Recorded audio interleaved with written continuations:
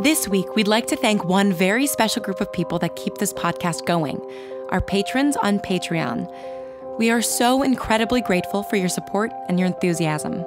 If you would like to become a patron and get access to special bonus content, please visit patreon.com/thebrightsessions. But first, episode 28.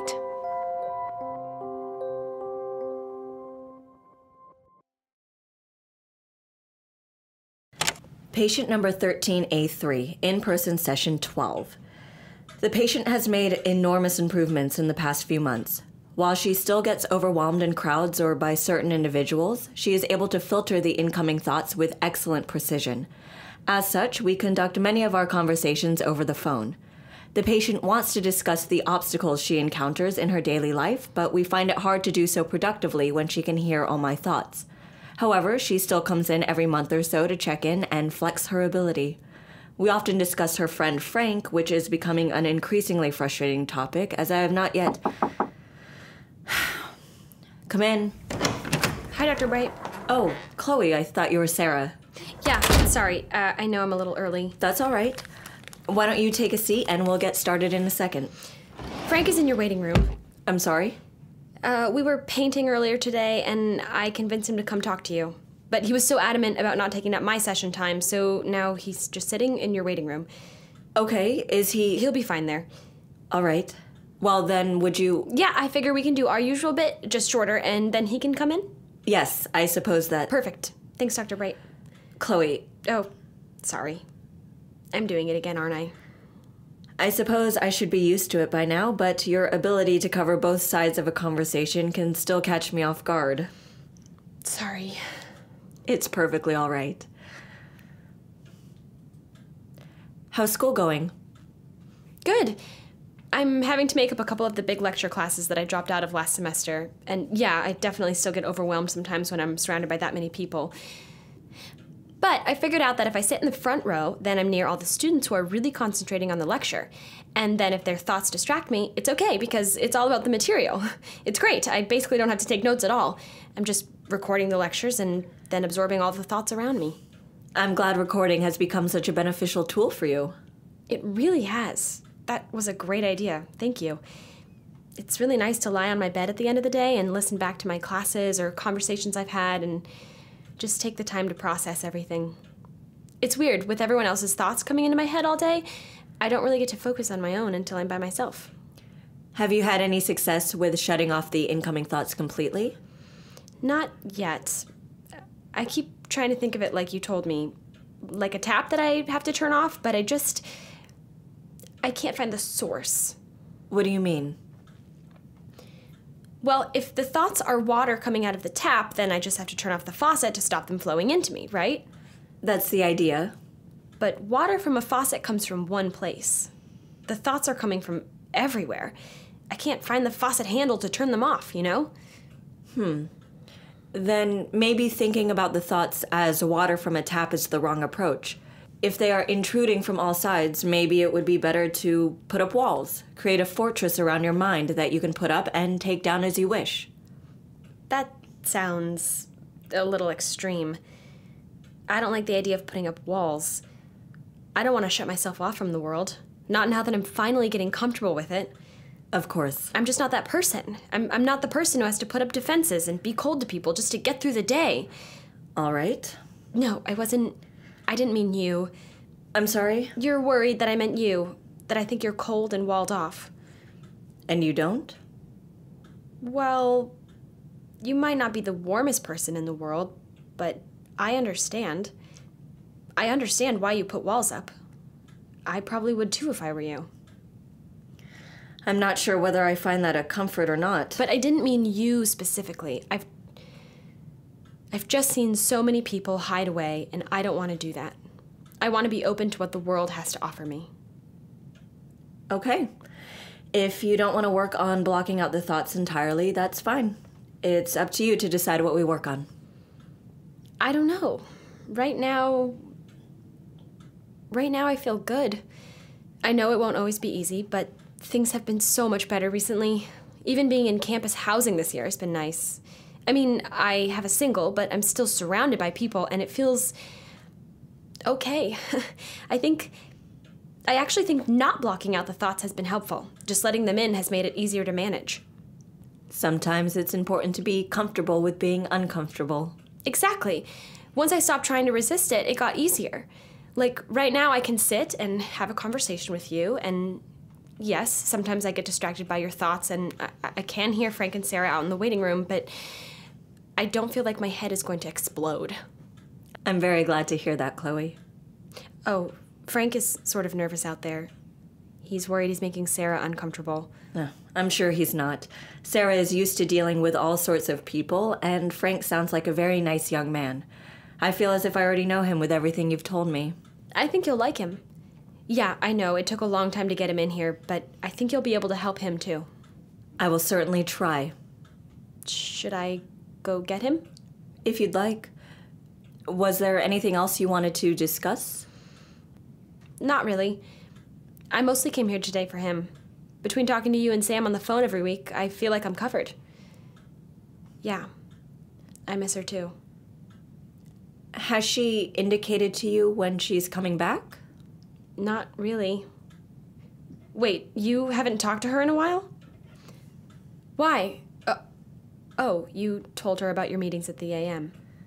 But doesn't she understand that you're going because you have to? I think she does, but... She's still not happy about it. To be fair, I'm not exactly thrilled about it either. But you've liked seeing Ellie. Who's Ellie? She's... Ellie Wadsworth? What kind of name is that? a fake one. Oh, right. I haven't exactly enjoyed seeing Wadsworth again. That's not what your thoughts say. She was a friend. A very good friend. Or so I thought. She's the one that brought Mark in. She certainly had a hand in it. Does Sam know that? No, and I would appreciate it if you didn't tell her. All she knows is that I've been forced to go in and give regular updates to the AM. You really think it's a good idea to keep more secrets from Sam? Chloe, I understand that you and Sam are friends and that you're invested in the situation, but with everything that has happened, I'd rather you didn't get involved. I am involved, Dr. Bright. Even if I wasn't your patient, even if I wasn't friends with Sam, there's still Frank to consider. Not to mention the fact that I'm a telepath. From everything I've learned in the past few months, it doesn't seem like any atypical can avoid being tangled up in the AM one way or another. That's what I'm trying to prevent. Yes, I know, but you can't control everything, Dr. Bright. We really should just stick to the phone. These in-person sessions always seem to lead to you giving me therapy.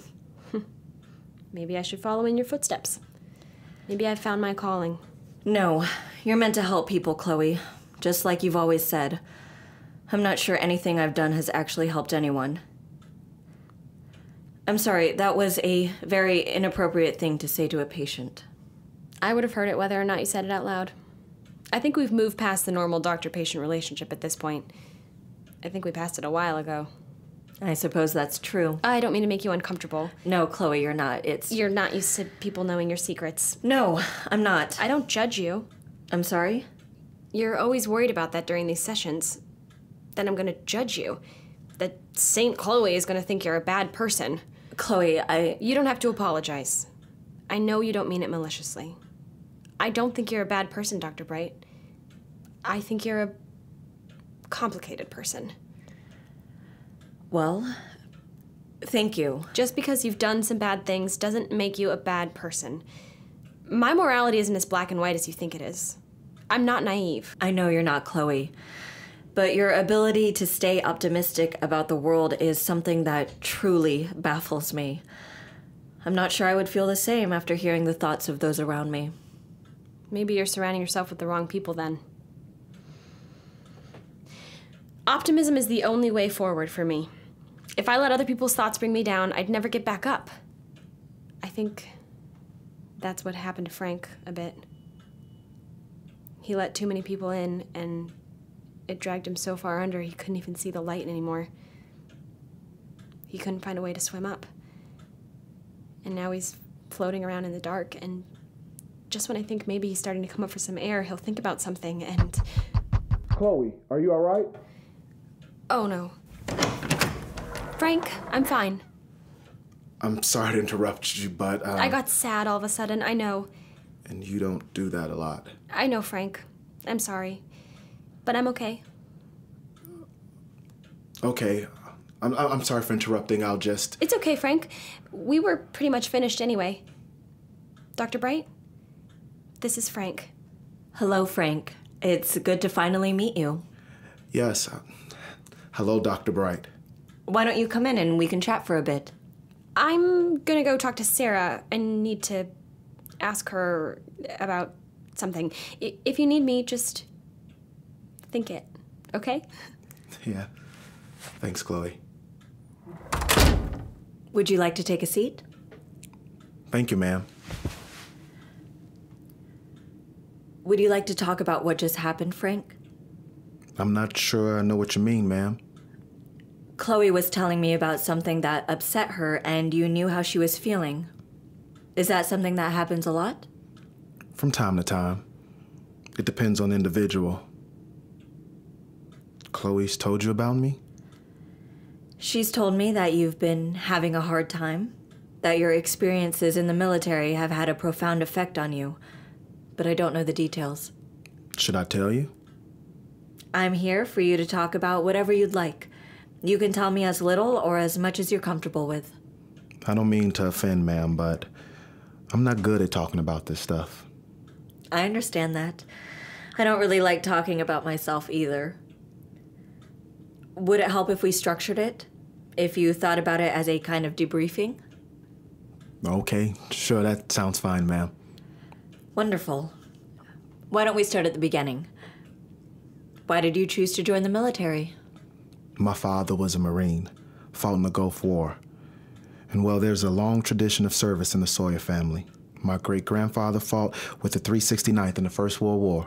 The 369th, otherwise known as the Harlem Hellfighters, correct? Yes, ma'am. My father was a bit of a war history buff. That is quite the family heritage. Yes, ma'am. Guess we've always been pioneers. Yes, I understand your military experience was different from most. Yes, ma'am. Were you excited to join? I was proud to fulfill the family duty, but it was more my father's dream than mine. I know Chloe's told you about our making art together. That's what I wanted to do. I wanted to go to art school. You paint, correct? Yes, ma'am. Oils mostly, though I dabbled in watercolor. My grandmother taught me. But you didn't go to art school? No, I did not. Me and my dad argued a lot about it, but finally he agreed to help me pay for art school if I served first. The war had been going for a few years, and my dad wanted me to go over there and do my part while I could. How long were you over there? I was in the Marines for 9 years. Enlisted when I was 18, did 3 tours before coming back and training with a special unit. I did 4 more tours with them before getting out last year. When you say special unit, what do you mean? It was a combat unit of 9 highly skilled Marines, 7 men, 2 women. 2 women in combat positions? Yes, ma'am. This was a unique unit. Not strictly on the books, you understand? I do. And you're comfortable telling me about it? It is confidential, but from everything Chloe's told me about you, you're not overly concerned with having secrets. I suppose that's fair. Tell me more about this unit. In what other ways was it unique? It was top secret and highly experimental. On my 3rd tour with the Marines, a general started coming around and interviewing each of us, asking us questions about our experiences, evaluating our skills. We started getting regular physical exams, getting lots of blood drawn, that kind of stuff. They were screening you. Yes, ma'am. They wanted to find dedicated, skilled soldiers who were willing to try something new. And you volunteered? I did. I was planning to serve my minimum 4 years and then get out.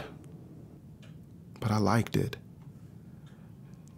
I guess natural talent for military really does run in my family. I was good at it. Very good at it, actually, if you'll excuse my lack of modesty.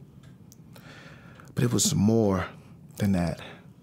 I liked the people I worked with. It gave me a purpose, which I guess I liked. It gave me a family. How do you mean? Growing up, it was just my dad, my nana, and me.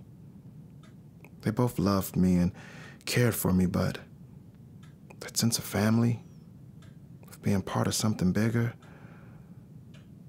I didn't find that until the Marines. But didn't joining a new unit mean leaving your military family? A part of it, sure. But it's like leaving your home to go stay with your cousins. It's just a degree of separation. And I knew this new unit would be doing important work. I wanted to be a part of that, to fight for my family, protect them. What happened after you volunteered? Well, I had to meet with a lot more people, doctors, psychologists, folks from the DOD. I was going to be a big investment. They had to make sure they weren't throwing their money away, make sure I was fit for it. And I'm proud to say that I was. Fit for what? The experiments they were doing. It is my understanding that you may know some of the scientists involved, the Hayes. I've never met them. But you know their boy. I do. Right. Well, they were just two of the brains behind the trials. It was a big operation. And what were these trials for, exactly? They're an attempt to make small units more cohesive, to create a sort of groupthink that would make soldiers more effective together. An attempt? They didn't work? Well, no, they did, ma'am, but not like they planned. Would you mind walking me through these trials? What exactly did they do? Well, Chloe told me the Hayes were working with an organization called the AM, some kind of group that works with people like her. That's right. I didn't know that at the time, and all I knew was the DOD had created a chemical compound that was supposed to enhance empathy and higher brain functioning. Enhance it how? Not a scientist, ma'am. I'm not sure how it worked, but it made us more connected. Us being your unit? Yes, ma'am. The experiment was called Project Unity. The idea was that we'd function better if we were all connected on a neurological level. They injected all of us with this compound. I guess it was made from people like Chloe and Caleb, not from people from their blood or their DNA or something. They took a piece of the atypical biology and then manufactured an artificial strain of a Class A power. I don't know that I follow completely, ma'am, but that sounds about right. I'm sure Chloe told you that I used to work for the AM. I remember hearing about this kind of work, though I wasn't aware it had made it to the human trial stage. It did. And by all accounts, it worked. You felt connected to your fellow soldiers? Yes, ma'am. The experiment was done in stages. Injections and training, then more injections and more training. By the time we were redeployed, we had a kind of mind meld going on. Can you describe that for me? It was very useful to have in combat situations. Useful how? We barely had to use radios. We could be out of each other's sight lines and still be able to communicate. Telepathically? I wouldn't say that, ma'am. We weren't reading each other's minds. Maybe it seemed like that at the time, but now that I've met Chloe, I know that's not what we were doing. We were just able to anticipate each other's movements, know when someone was in a bad spot, that kind of thing.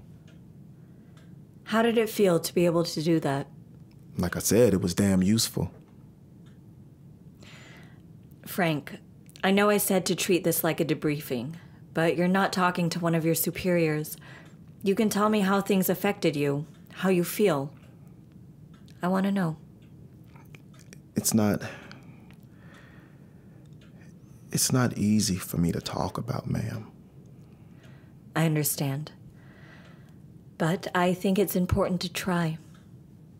That's how we begin to heal. Of course, ma'am.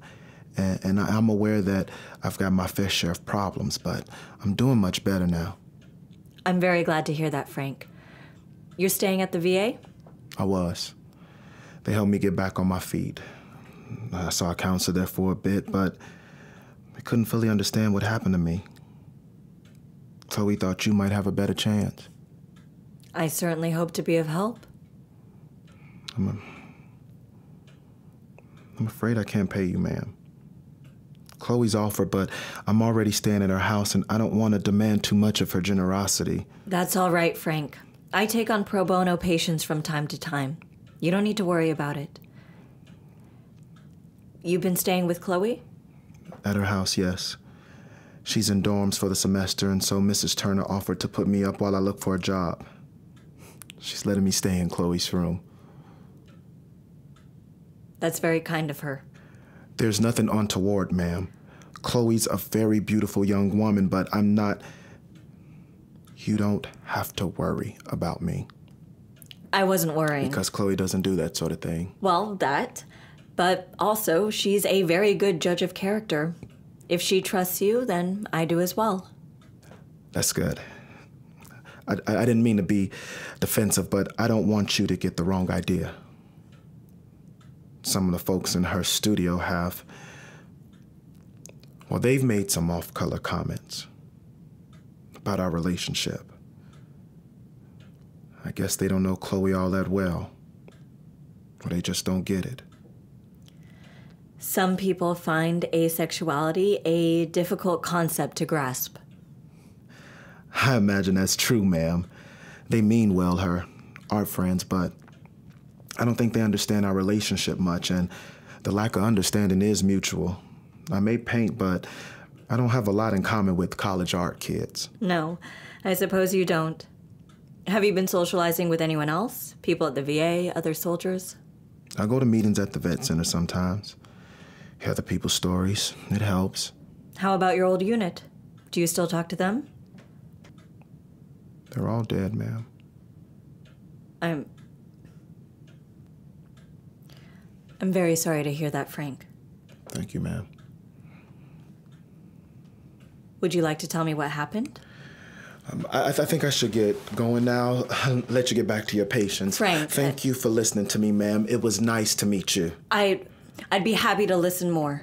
I think it would be good for you to come talk to me. I'm not special like your other patients. But you said yourself that a standard counselor couldn't quite understand what happened in those trials. I've worked with many empaths. It sounds like you have a similar disposition. Whether genetic or engineered, it makes no difference to me. You'd have to hear a lot of very bad stuff, ma'am. I don't want to burden you with it. You shouldn't have to carry that burden alone, Frank. I'm offering to help lighten the load. All right, ma'am. Thank you. Would you like to sit back down, talk a little more? I need a little time. Maybe some other day. Okay. Let's go talk to Sarah about setting up a regular appointment time. Sarah? Dr. Bright, look who's back. Hi, Joan. Oh, and you must be Frank. Hi, I'm Sam.